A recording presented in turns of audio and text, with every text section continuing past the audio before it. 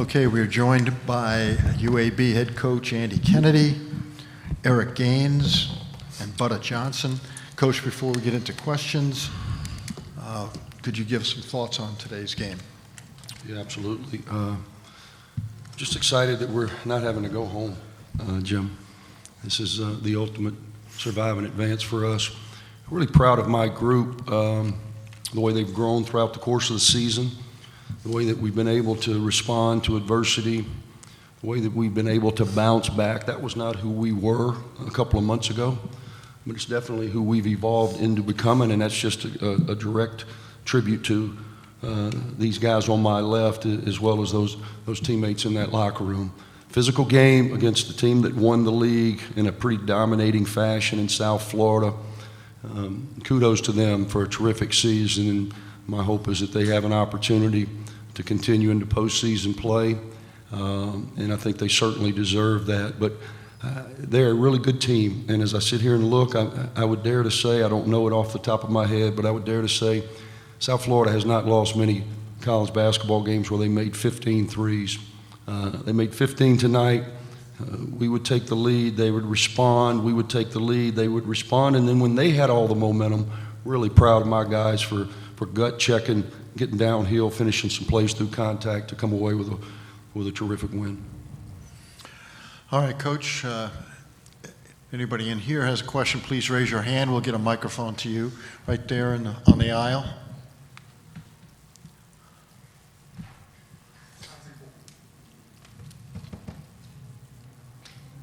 Isaac Mortman, Major Madness. Coach, your team hasn't exactly shot too well from three during the tournament, but you guys have found ways to get inside and score. So how's that been a big factor in today's win and also yesterday's win?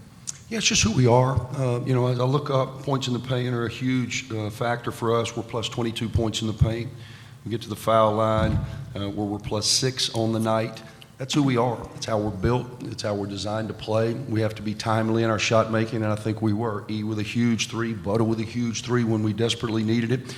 A lot is made about South Florida's offense, and they're outstanding because of their ability to space you and shoot the ball really from all 5 positions. But I think really what carried them to a league championship was their defense. They're very physical, especially on the perimeter. They got big, strong guards.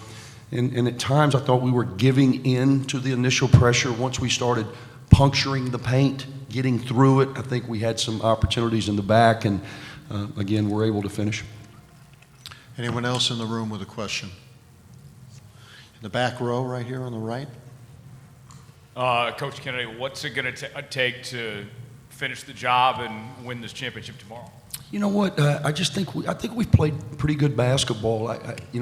Last night, as I anticipated, we were a little shaky out of the gate because it's been 5 days since we played, so your rhythm's off, and we hadn't been in the building, and a lot of factors, but I thought we closed very, very strong today. We started great. We had great energy, and I thought that was like a heavyweight fight, man. It was kind of going to the scorecard, and about the 12th round, we finally got the knockout.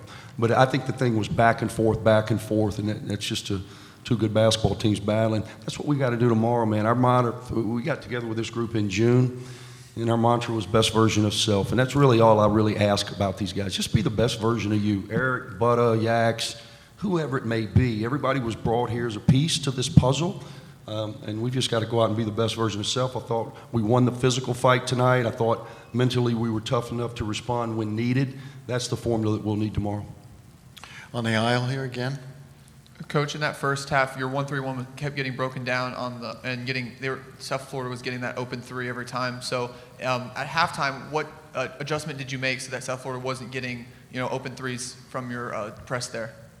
I'm not one to be argumentative, but actually in the first half we stat this. They were 3 for 18 versus our 1-3-1. Second half they started figuring it out. Now they had some open shots, and we're going 1-3-1, especially when they had. I'm terrible with names. I don't want to mispronounce anybody's name. Especially when they had the little guard, Jayden Reed. When he's out there, we were really trying because it's more effective with size versus smaller guards. And I thought early it kept them out of rhythm. They are such a rhythm team, and I think their spacing is so good and their skill level is so good. We continue to try to mix and match just to keep them out of rhythm. They still made some plays, but I thought mission accomplished for us. Anyone in here with a question? All right, we'll go to Zoom. Okay, if you have a question on the Zoom, please use the raise hand feature. And we'll go to Steve Irvine, please. This is for both the players. That second half was just so many momentum swings, technicals, fouls, foul trouble, and guys fouling out and all that kind of thing. What was the key for you guys, or how did you guys kind of stay emotionally there during that instead of getting caught up with all the craziness that was going on? Just keeping our composure. You know, Coach tells us all the time, you know, just stay true to yourself. And when the guys get kind of rattled, you know, as the leader on the team, I try to keep the guys, you know, together so we can just get the win the easy way, not going through technical fouls and all the other stuff. Just play the best game, be the best version of yourself. Yeah, I think down the stretch, you just got to be poised. When pressure's on, you just got to be poised. Coach talks about handling pressure, doing all the right things, catch, wiping, you know, stepping to the ball. I felt like we did those things tonight. And we just came out with a good win, and we just handled the pressure. Even when they started to come back, game got close, we stayed together, we stayed on one accord, and we executed well offensively and defensively to pull out a tough win. Okay, take the next one from Evan Dudley, please. For Eric, you talk about being posed there in the last few minutes. Just talk about those last two shots you got off the layup and the three-pointer to kind of really push you guys ahead and kind of really seal this game up. Yeah, just like you said, staying composed. You know, there was pressure in the whole game, and it was forcing me to my left, and I seen I had an open. I tried to put him on my back, and you know, that's what I did, and I made the layup in the three. You know, it just came down to the last second shot. I seen the shot clock, I put it up, and it went in. I mean, thank God, but hey, we got the win. Amen. Another one from Steve, please. Andy, this is a second straight game that you had 1-3 in the first half and then had some really key threes in the second half. I think it's happened a few other times this year too. Kind of what goes into that, just kind of keeping the guys in there that, you know, just still shooting the ball type thing? I mean, is that something that you consciously talk about? Yeah, you know, ultimately you got to take what the defense gives you. You got a game plan, and then you're going to have to be able to make adjustments based on what South Florida's doing. I think they were the second highest defensive efficiency rated team in the American Conference. As I just said earlier, they've got rim protection and Pryor, and they've got big physical guards on the perimeter.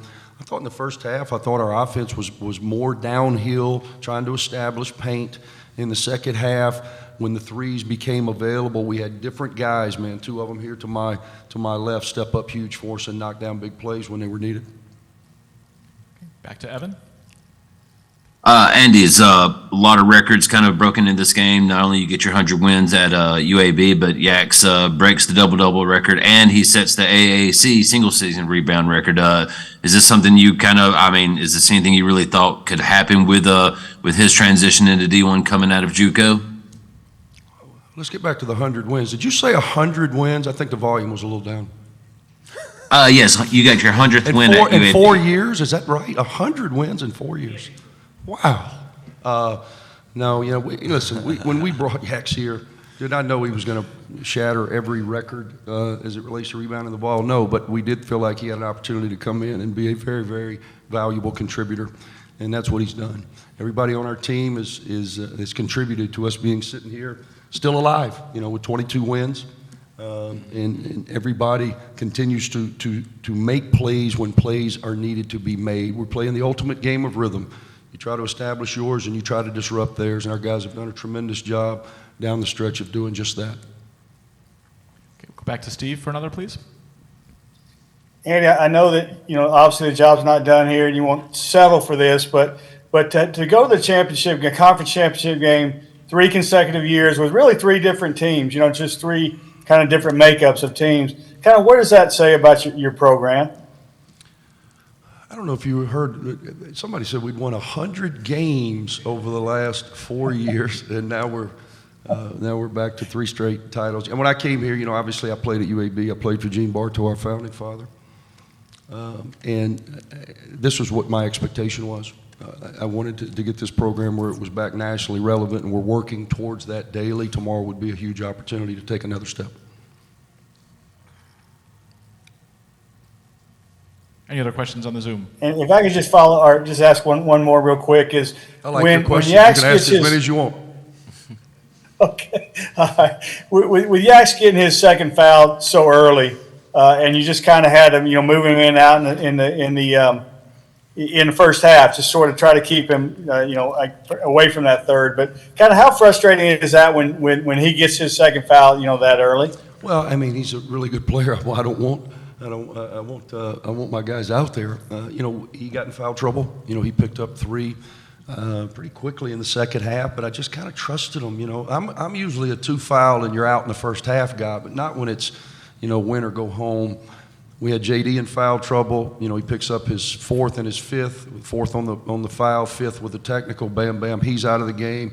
Chris gets his 5th on a technical. Yaks is playing a majority of the game with 4. We had fouls across the board, as did they. Chris Youngblood fouls out as well. As you look up, it wasn't the cleanest game because I just think it was 2 teams scrapping and fighting for their lives. 42 fouls called and physical game. And our guys are veteran enough. We've been doing this long enough. They understand the magnitude of the moment, and they responded. We'll take the last one from Evan, please. For both players, y'all are 1 of 6 from 3-point range in the first half, but y'all come out in the second half. Both of y'all, hit big 3-pointers there to kind of open up that second half. What were you able to see from their defense and to kind of get y'all going there in the second half? Yeah. Just being ready for the moment. Coach told us at halftime, we got to stay composed, we got to stay together, and we got to win the physical battle, and that's what we did. And he also told us to keep our hands and feet ready, and that's what we preached, and that's what we did. Stepped up, made big shots, put us up, we won the game. Yeah, I think first half we came out a little jittery, rushing certain shots, but I felt like coming back on the second half, we found out how they were playing defensively, and saw the schemes that they were doing, and we was able to just calm down and just play our game and knock down shots, and that's what we needed to do, and we came out with a good win. Thank you, guys. Thank you. Coach, you may not have heard that was 100 wins. I was just making sure those in the back got it.